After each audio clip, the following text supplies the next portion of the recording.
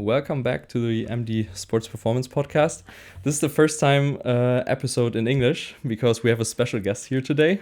Hi Edu, how Hello. are you? How are you? I'm good. Yeah, Thank you for the invitation. Yeah, we are both trying to do it in English today. Not our first language, so we're gonna try. Maybe sometimes we will just switch to German or Spanish Yes. if it's easier. So how are you? You had training tomorrow? How was training going? Everything's good. I just came from practice with the team, and obviously tomorrow we have team practice again. We have game on Saturday, so we are in the middle of the week. How's the season going? Season is so far doing okay. I believe we are 3-3 in the standings, and last week we played against Alba Berlin. It was a tough game, really physical, really good game. At the end we lost it. So we are getting ready for the next game and try to get back in the winning streak. Yeah. What does your typical day look like when you are so your telecom baskets? We haven't mentioned that before, but so today you're training practice in the middle of the week, which is one session today. And yes. What was your job today, or what have you done? So this week it's a little bit special. It's kind of a short week for us, but still today was considered the high day for the staff, the red day, and they start. For me, at 8:30, 8:45, I go to the arena, to the dome, go to my office. I already prepared the weight room days before, but I try to go into details, player by player, just to check everything. And the day starts in the weight room for the players. So practice starts at 11. But players, they have an individual schedule. So at 10 a.m. the day starts, 9:45, 10 for them, and they have different windows of work. So they come into the weight room in a scale way, and they are doing treatments, they are doing skills, they are doing weight room. And at 10:45 today we had like a pre-practice, 15 minutes with players, with all coaches and players together on the court. And then at 11 we had practice, was like 80 minutes, 90 minutes long, and then finish the session with some lifting with double license players as well, and protein shakes for some players, ice bath with others, and call the day. Yeah, so I think this is a great concept to just do different time windows for them, because it's also good for the physios, so they don't have all the players there at the same time. You can work more individually. How does your individualization look like for the players? So like you put them into groups with different weaknesses, or you do one-on-one coaching with every player, and every player has their own scheme, or how do you do it? Everybody has their own training. Of course, it's not one-on-one session. So we try, or we create windows of 15 minutes of work. Obviously, it's not 15 minutes. It's a little bit more. But every player has his own session. We work in through a software, and every player, when they come to the weight room, they enter in their profiles, and they have their lifting session. Of course, the goal is going to be really similar, but then at the end there is small details. So the accessories it can be the weight, it can be the number of sets, or it can be the exercise has some modification. And obviously I'm involved in all this chaos in the weight room, and I'm with all of them and trying to do the details, and that's pretty much. Okay. So you're working with software, which means that all the players also type in their weights and what they did, so you can track it, or how's that one working? Yeah, so each player, so we have iPads in the weight room, and they have their own profile. So when they enter, they have all the exercises. In an ideal world, of course, they're gonna enter in the exercise and check the exercise and go to the weights, and they do different. They're gonna put the weights. That's the ideal But we're world. talking about players. We're talking about professional sports. It's real life at the end. So of course I monitor that. So I give them the weights that I want. It's more like a recommendation, and at the end I'm a little bit on everything. So I can, if they change the weight, sometimes I do it, sometimes they do it, of course, and it's mostly recommendation. At the end we're talking with the players, and we try to individualize it, and of course sometimes they do it, sometimes I do it. It's like this. So I saw that, or you showed me that you got a really nice new weight room. So when you compare it to last season, how is that changing your work? And is it better to work in an environment, or you get this? Yeah, definitely. It's been like a big upgrade from the club. Obviously we had like a lifting session in the dome, and we could work pretty good. I will say nowadays players are really professional and they know that they need to lift. So me as the strength coach, I adapt to what we have, and we made good training sessions. But we upgraded, and right now you can see like it's a proper weight room. We have good equipment. We have velocity-based training. We have velocity-based training. That's on me. But we have more options to give to the player. So that means more options, more individualization for the player, and at the end, give them what they need. It's crazy because when you just think about it, and like I also saw your older weight room, which was weights too, so you could get your workout in, and just at the end, if you're lifting 100 pounds and I don't know why I'm talking in pounds now, if you lift 100 kilos and I mean, it's the same weight if you do it with old plates or these new bumper plates, but I think it can change like the way players see your training, and also how, I think a new room can really motivate your players to be better, because like it's a better environment. And for sure, it's a different environment. It's what I'm joking sometimes. Like last season, we had a lifting room that it was a room where there was weights around and players were lifting, but right now we have a weight room. So the player is more comfortable. We have good floor. We have it's more clean, everything. So the player is willing to spend more time in the weight room. So it's definitely a great upgrade. So I'm really interested in, so you just told us that today was a high day, so red day. What is your concept like when you do your strength training? Because the high day is also for the like skills training on court. You like it, your high days high, so you also lift lower body today, or what does your week look like? Yes, so this is something that I talk with coaches at the beginning of the season, just to give them also my idea or my philosophy regarding the strength training. I like to do something with the players pretty much every day, and we do this: high days high, low days low. So on this way, when we have like a high intensity session on the court, we know that it's gonna be demanding metabolically for the nervous system, and we try to do the same in the weight room. That way, when it's a low day, for example tomorrow, we know that the body needs to recover, so I don't attack their body with a lifting session because it's a low day in the court, let's go to the weight room. No, it's a low day, so I will still do something with the players, but on a way to promote that recovery process.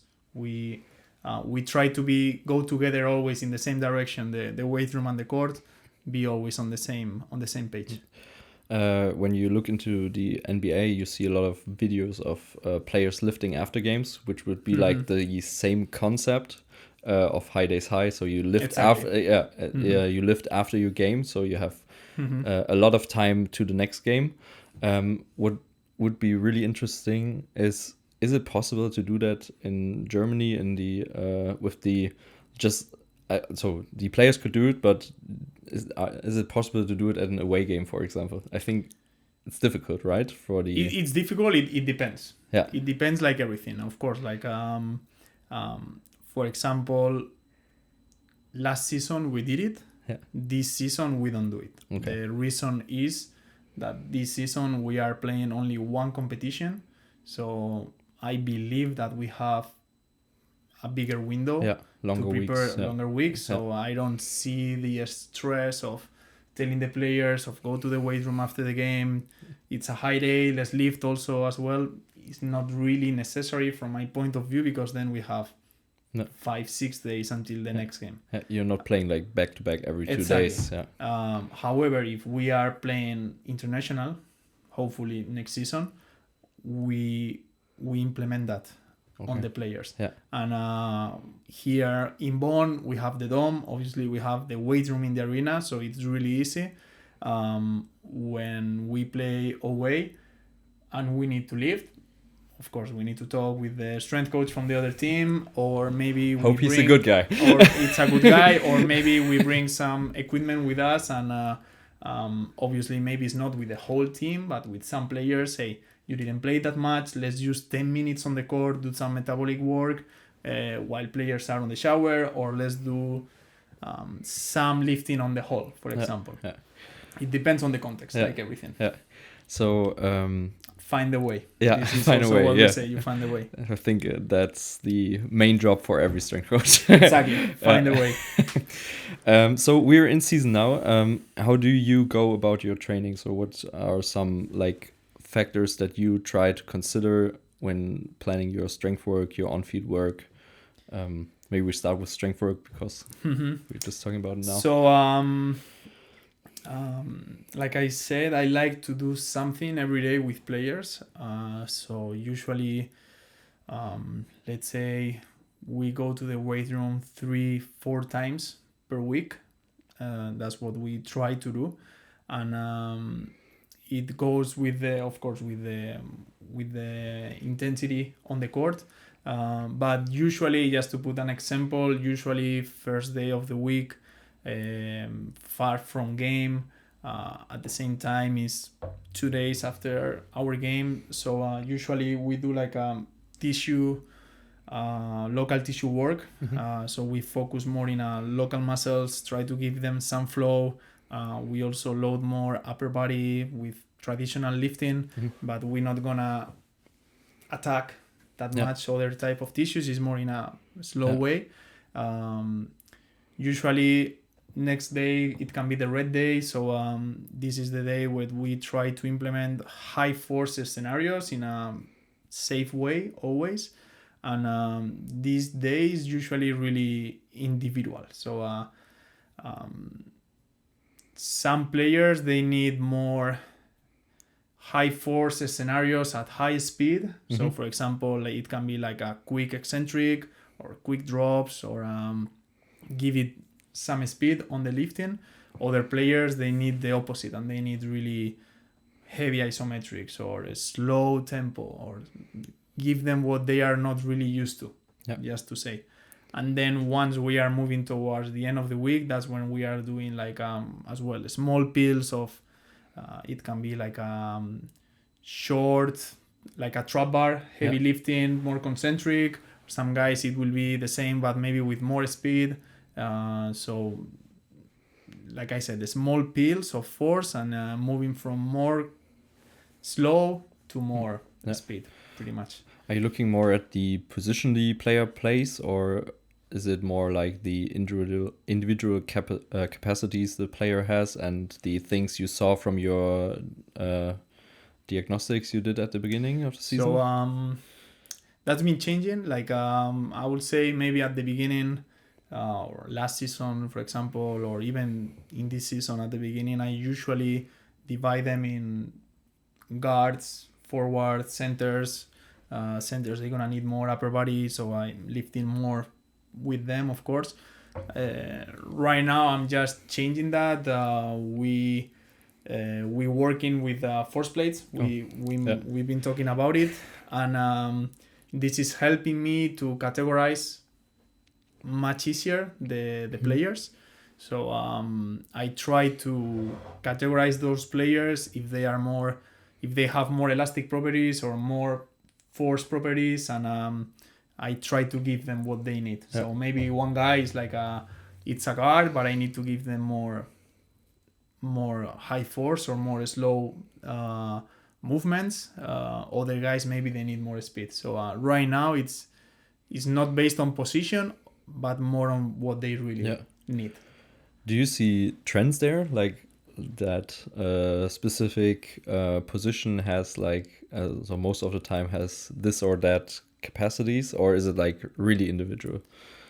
I would say it's individual. Of course, the guards are usually fast guys, but you have a little bit of everything. You have some guys like maybe they look a little bit slow, but then the reality is that they are really fast, and then it's the same. You have some guys that they look like beasts and they're gonna lift super heavy, but then they are actually like, let's say, or not that strong, or maybe they are super powerful, for example. So you're testing the counter movement jump on the force plates, or?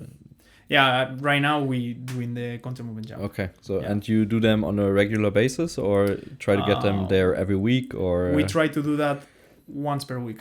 Okay. At least once per week, and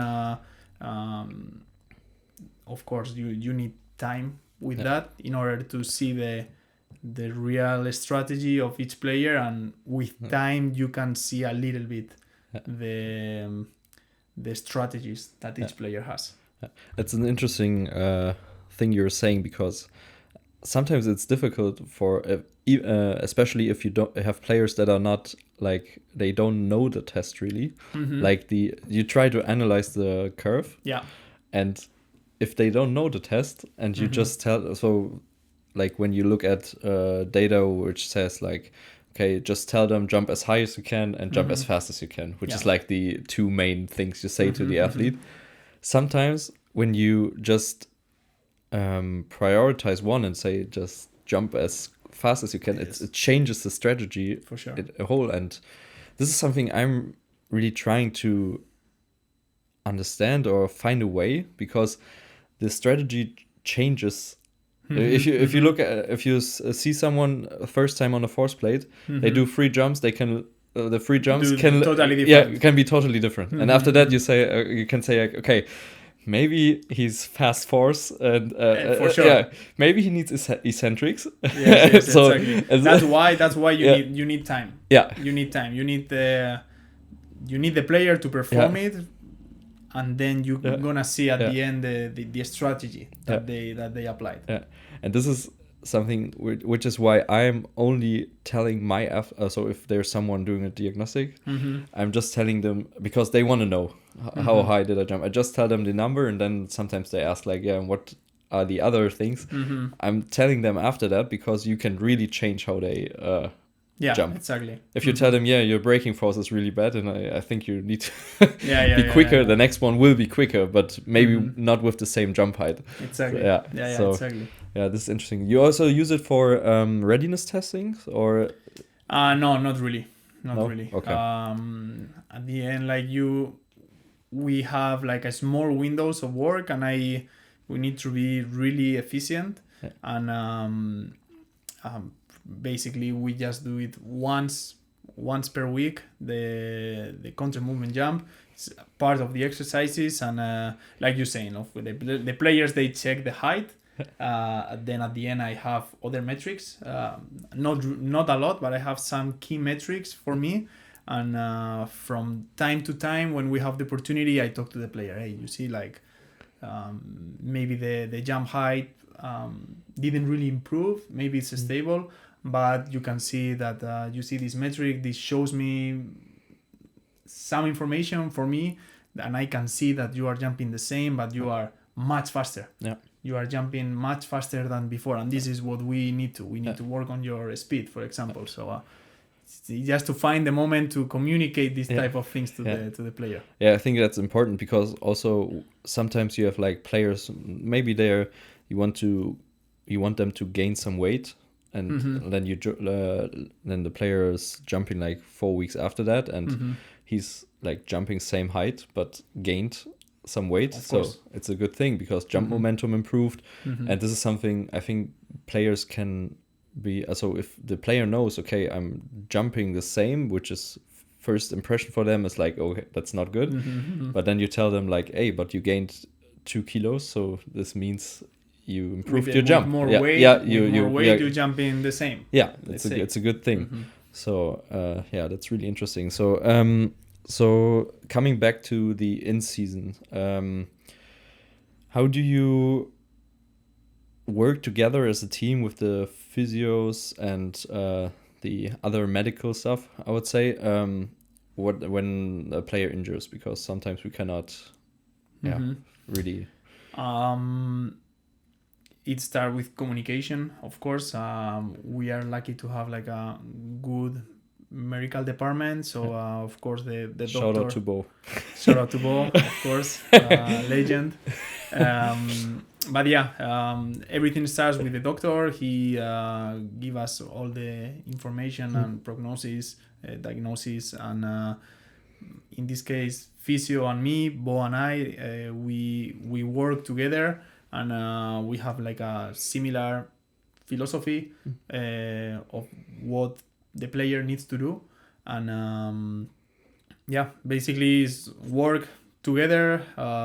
We do the work in the shadow, and then we communicate a lot with the other members of the department, with the doctor, with Marky, he's the osteopath as well, and we keep the communication constant so nothing is missing, and then we once we are in the end phase of return to practice, we start to involve and to communicate more with the coaching staff. Okay. So communication is the key, and I think so far we do pretty good. Yeah. Which trends do you see, or it's not your first season here, like what are the typical injuries you see in the basketball?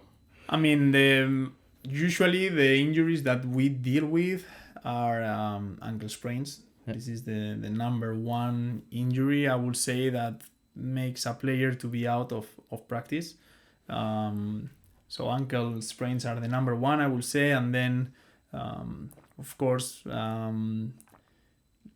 players usually deal with tendinopathies, tendon problems. It can be in the patella, it can be in the Achilles, and that's part of our job to, I would say, is one of the bigger goals that we have, is to keep the player somehow healthy and make them feel good for training. It's not about make them higher, faster, stronger in professional sports, but to give them what they need in order to be on practice, especially in season. So you want them to compete. This is the most important thing. Yeah. So ankle sprains, tendinopathies, of course, low back issues are also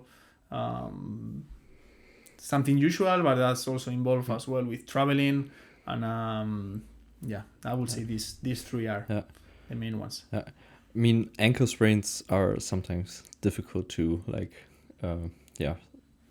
not making it happen. But for example, tendinopathies have a lot to do with load management, and I think this is a really difficult topic for the strength coach, because we can consider things and try to make them stronger or better in the weight room, but in the end they need to play their game, which is a lot of decelerations and a lot of stopping, cutting. How do you go about that? So how do you try to manage load when there's chaos in the game? Because you cannot tell the player try to stop less. So or try to shoot, jump a little bit less. I would say main thing with this, especially tendon problems, it starts from the really beginning. So I think the preseason is really important to build a progressive training load, and you need to make coaches understand that they need some time.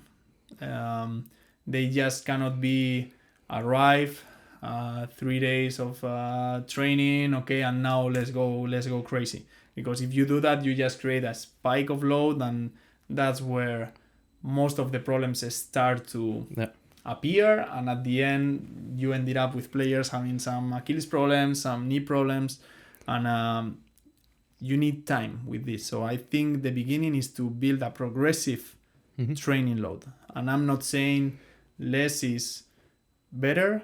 I'm just saying like you need some time, and you need them to be resilient to that load. You need the player to be like, if this is their maybe a bit more to give them like these overload, but not like exactly. And 3 you cannot steps go ahead from third day, okay, let's go crazy now, up and down, lifting 2 days per two times per day, work on the court. You need some time. So pre-season is really important, and then basically be constant with the lifting session. You need some individual dosage of high speed or heavy lifting. This is important.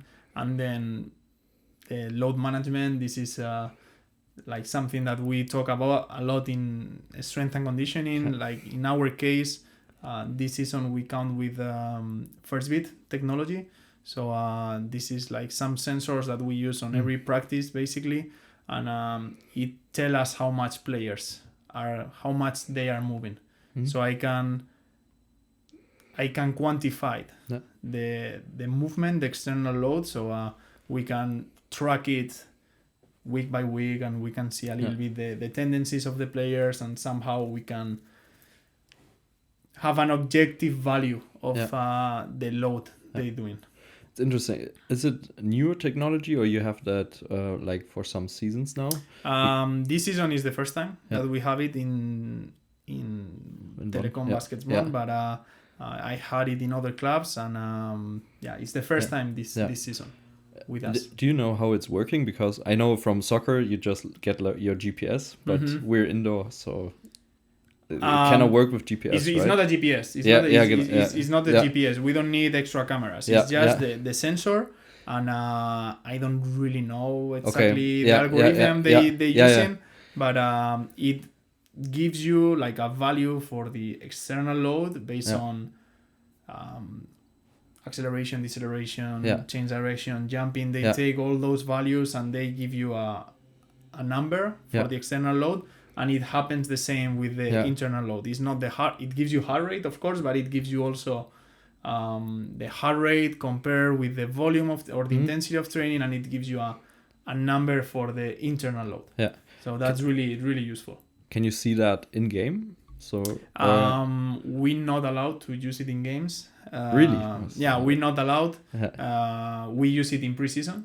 Okay. And I think many clubs that they have this technology, we use it in preseason, and then as far as I know, I don't think or we are not allowed to use it in season. That's interesting.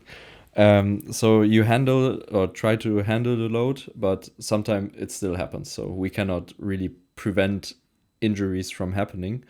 And it's not the reason, of course. There is so many factors for tendon problems. So if the player doesn't sleep, if they don't eat good, if they have discussion with the wife, I don't know, all these factors accumulate, and as a strength and conditioning coach in this case, we just try to check to check all the factors that we can affect, and say, okay, maybe this shouldn't be the reason, so we try to minimize those factors. But if a tendinopathy happens, like what are your steps in rehab to like get the player back on the field? Because as you said, you try to check boxes and just try to find the thing where it could come from, but still you have the players like with a tendon that is not working. So main thing when player maybe comes with some, let's say, patella tendinopathy, we say, okay, let's not go crazy. Maybe the first thing is just to chill a little bit. Of course, you practice every day, but let's try to, let's maybe don't do extra skills, or let's try to not do extra shooting after practice, or maybe it's to tell coach, hey, let's have some rest maybe in some drills with this player and wait 2 days and maybe it's better. Already just reducing a little bit the volume.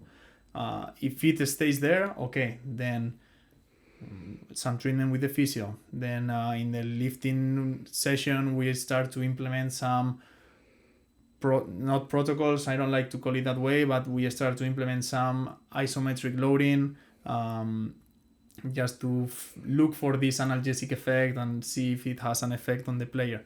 Usually they feel better with this, so okay, let's try to do that every day. Okay, let's try to do that on a daily basis, and then we start to load in on a different way, and it's a lot with communication with the player. Of course, then you have supplements and take care of nutrition, so it's all those factors you try to check. But the first thing is to let's reduce the volume, and usually this helps. I think these protocols or routines, however you name it, I think they can have a big impact for the player, because oftentimes when they have like these tendinopathies, they're not gone after they warm up.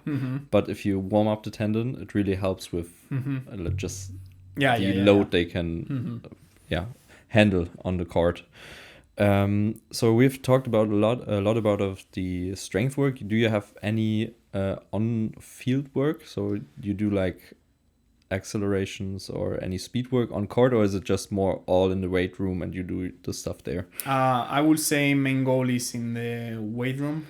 From my side, obviously we practice every day, weight room, on the court, and all these type of efforts, they have it already on practice. I would say. However, like the way we structure our training, usually we have like a warm-up part, which is a little bit different to the normal routine that maybe you can have in other teams. We have different stations, and it's almost like another lifting somehow. And then mid-practice, we have like a stretching part, which is 3-4 minutes with me. And it's a little bit of cool down mainly, but then I also find that window that I depend on the day and everything. We do some type of change direction, acceleration, deceleration. So we give a little bit small pills of those efforts. And as you said, they are getting a lot of load and accels and decels throughout their training. Do you give any recommendations to the coach? What so you have the metrics now with so are you able to like tell the coach, so like we haven't got so we need some more decels or accels, or what is the communication like? We communicate with that. I would say that our coach or our structure of the week has a lot of sense, and we don't usually go crazy with the training, and it has like a lot of common sense. So only thing maybe that I can communicate with coaches is like, okay, we have like this high day, and usually I even tell them like, hey, maybe we can even do more. So this is what it helps us, like with this technology we know that maybe we need to do even more. So this is what I sometimes tell coaches, like we should even do a little bit more. But coaches like to hear that. Coaches because they expect it. They expect to be do less, and sometimes you go, you can do a little bit more actually. But I would say like we have like we use a lot of common sense in our training. So basically my role with the coaching staff is I just track all the information, and then when I really see something that is necessary to communicate, I just communicate it. But they have a lot of common sense, I would say. What does your game day routine look like? So we talked a lot about the week. So what are you doing before game day? Especially what's really interesting when you have away games, I think, because you have a lot of traveling and all that stuff, which is like also load for the players in another way. So how do you handle that? You mean like on the whole day, or you mean on the court? On the court and On the maybe court. before court, I think the players will do something. So we arrive like 2 hours before the game to the court. Yeah. That's the rule. So 2 hours before game, we are on the arena already. Players have their time to be with music, focus on their performance, check scouting, take their shots, do their routines. They have a little bit freedom during that part, snacks, treatment, and then 75 minutes before tip off, that's when we start with certain groups. So we create 3 groups at 75 minutes, and we create windows of 10 minutes. So let's say guards start on the court at 75, and they have 10 minutes of work with the coaches, with assistant coaches of skills. At the same time, the forwards, they are on the side with me, and we doing like this routine of work that we do every day on warm up, and we do different exercises, preparation on the side. And then the other group, they have freedom, maybe it's or taping or stretching, foam roller, routines, whatever it is, and we rotate 10 minutes, 10 minutes, 10 minutes of freedom, work with Edu, and court work. Yeah. So this is the routine that we have at 75 minutes until 45 minutes, and then after that we go to the locker room, and that's when we start with the routine of preparation of the game. Yeah. Do you have like anything to do while the game is going, or is it just supporting? Nah, yeah, supporting the team. Okay. Support the team. And after the game? After the game, make sure we prepare shakers. So first thing that I do is after the game, I make sure that we give them some fruit, something to eat to the players. Easy, like it can be fruit or carbs through different bars. Electrolytes, carbs through drinks that we have. So I try to feed them as quick as possible. Yeah. Hydration, carbs, protein. Yeah, drink it. Yeah, I just go straight. Okay, take this. I see they take it, and then after the talk of the coach, I also prepare the shakers. Yeah. So I give it to them, and I would say I'm lucky. Like players, they know they have to take it. That's something that we do pretty much every day. So they usually pretty good with that, I would say. Yeah. So we have talked a lot about in season, and what's really interesting for me also is like so it's your second season at the Baskets? Yeah. Second season. Before that, you have been in Germany before, right? Yes. Yeah. So you're like how many years in Germany now? So this is my fourth season. Fourth season, and before that you were in Spain. Or I was in Sweden. In Sweden, okay. Yes. And do you play basketball your own, or how do you get into basketball at all? Well, I played basketball all my life, a lot of sports, but I was at the end playing more basketball, and I knew that I wanted to be related with basketball. So yeah, when I finished my master's, I knew that I wanted to be in basketball. I had zero experience. Yeah. So so you did your master's in sports science, or yes. Yeah, okay. Yes. So I studied let's say sports science as well in Spain. I did my master's in the UK, and then since that I've been moving around. So first experience was working in Kuwait in Middle East as a personal trainer. Got experience, and then since then that's when I came my first opportunity in basketball in Sweden. So I worked 2 seasons in Sweden. After those 2 seasons, I went to Germany. Okay. 2 seasons in Rostock, and now second season in Bonn. Is basketball big in Sweden, or is it? It's growing. It's growing. I saw it was a great opportunity to start. Yeah, for you, it was a professional team, right? It was first division, Sweden. So So we take that young guy. For sure. Through a contact, I got the opportunity, and I was like, okay, let's go. And it's growing. They played the Eurobasket this season. Germany won, and it's growing. It's growing in Sweden for sure. What was it like for you as a coach to be like in front of pro players after having like, let's say, zero or not? Yeah, really, not experience. Yeah. At the beginning, it was a shock. It was funny because like I said, I worked as a personal trainer, but at the same time, I was preparing everything. I knew warm-ups, lifting. I was talking to strength conditioning coaches, Excel. That is like the main thing, database that I had my Excel prepared. I never used it.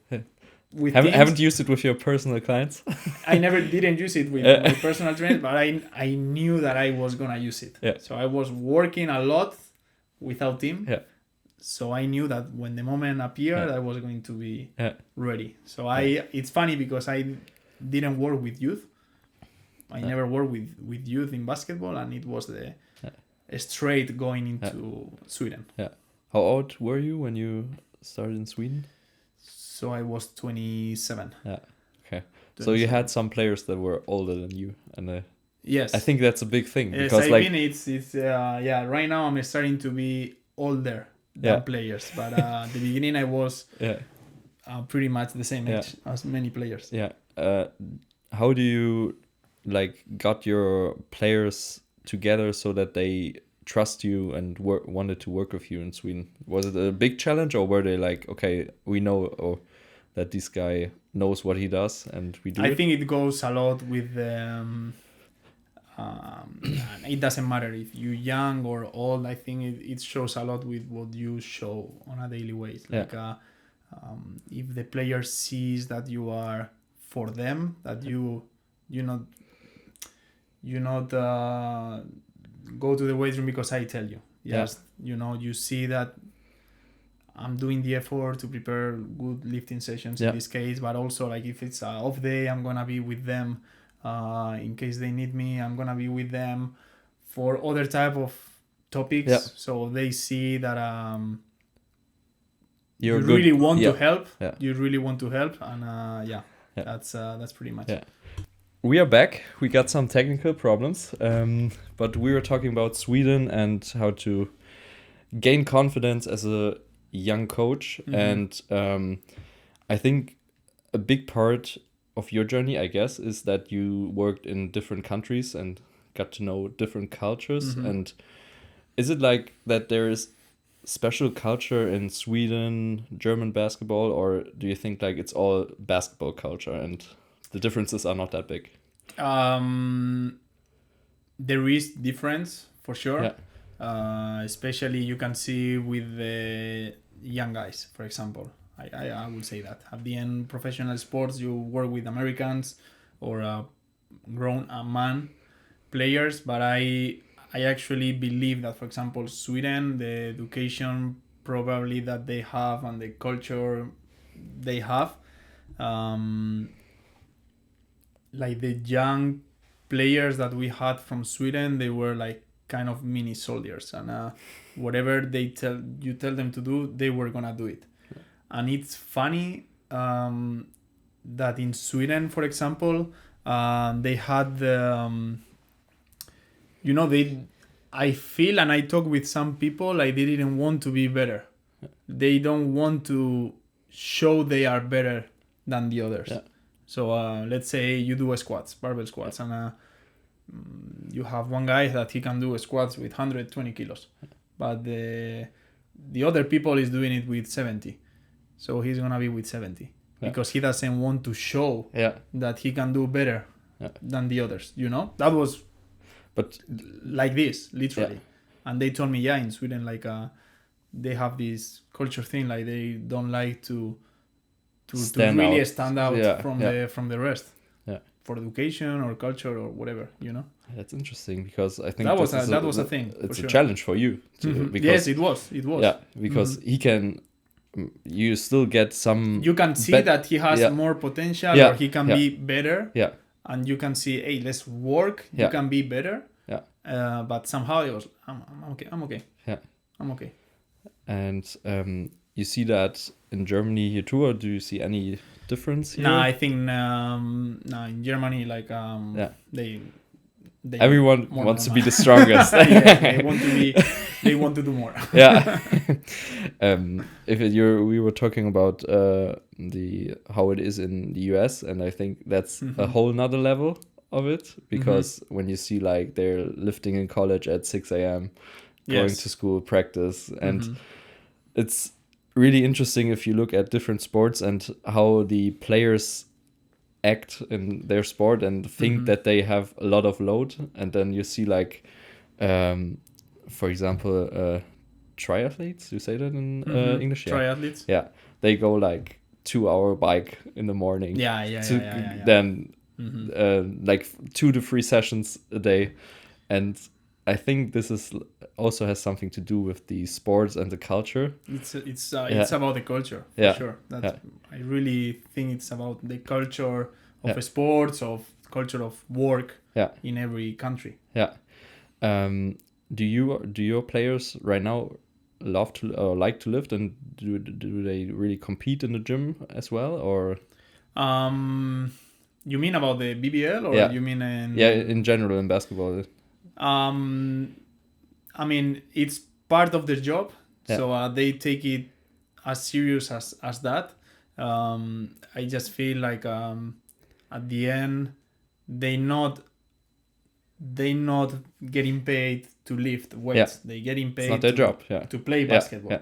So every player has a different motivation. Like some players, they really want to lift and lift heavy because they like it, and they know it's gonna help them. Other guys, maybe they don't have that much experience in the weight room, but they know that it's important for them in order to be healthy, in order to be fit for the court. Which is a professional way of seeing it. No? Right. Exactly. So it's a little bit like this, and I have to say, like in all these years working in professional basketball, like you can see like a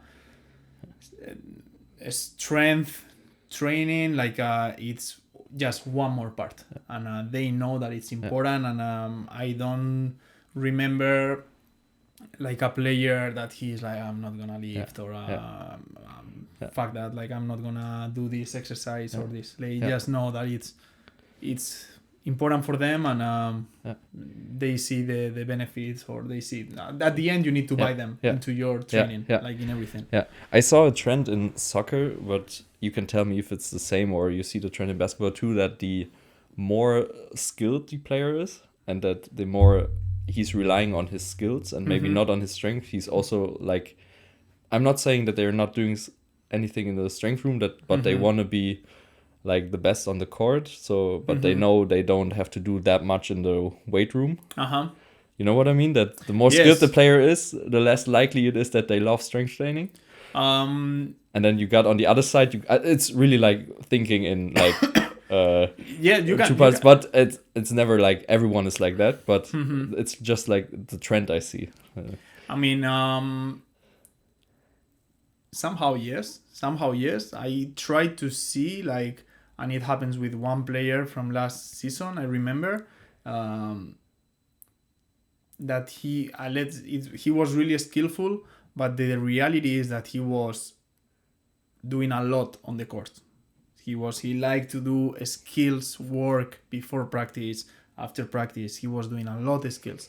So this is what I had for me. It was okay, this guy is working a lot on the court, and at the end he is doing certain scenarios in a safe way, and he's doing like a lot of stops. He's getting reps.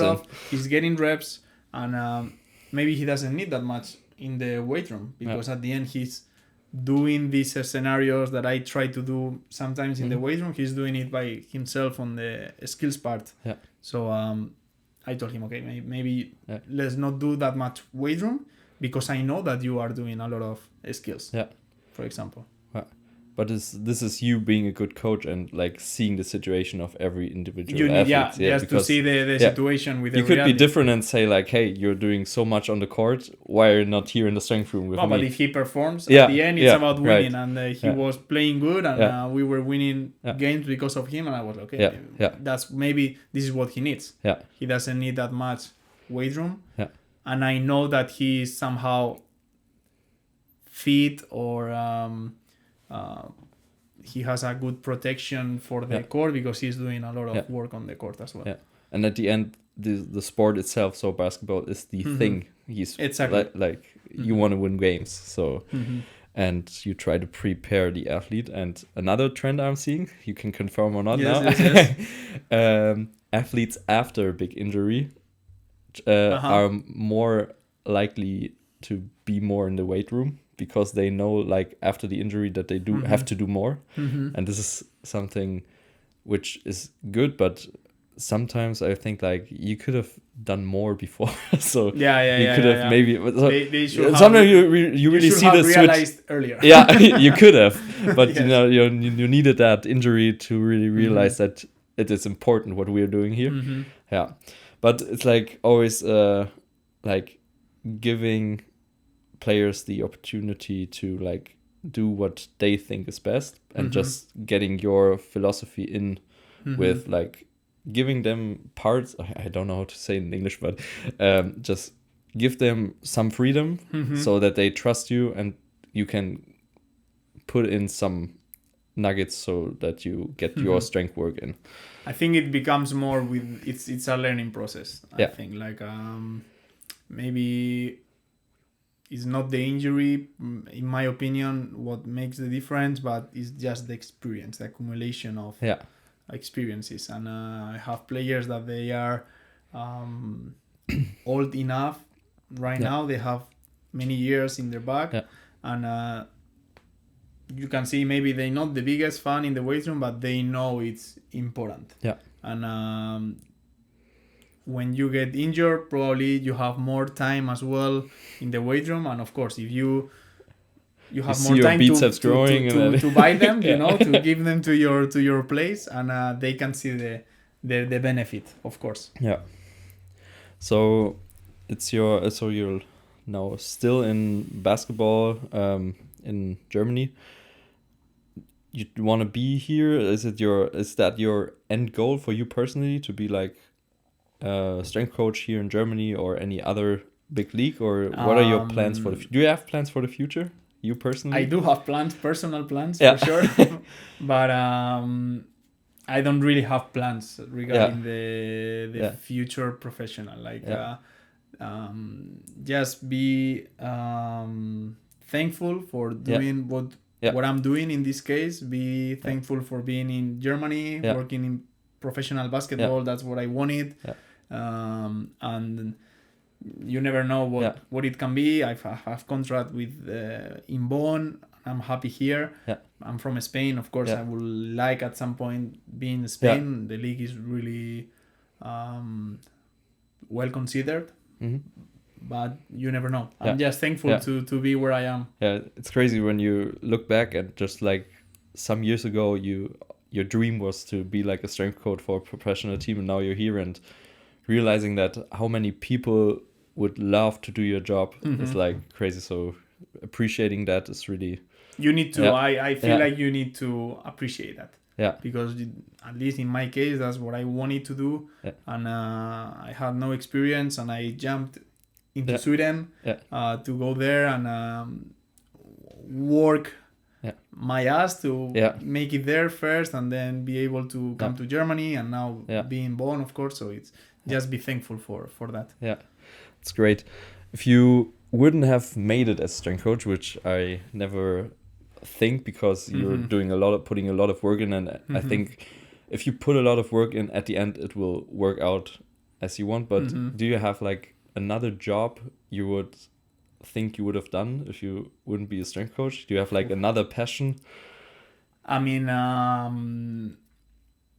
will consider something related to sports. Yeah. Probably this is the main thing. I wanted to be around the sports. That's what I wanted. Pro player, maybe. Point guard of. I could have been a pro player if Yes. that injury wouldn't have Yes, happened. exactly. I should have gone to the weight room.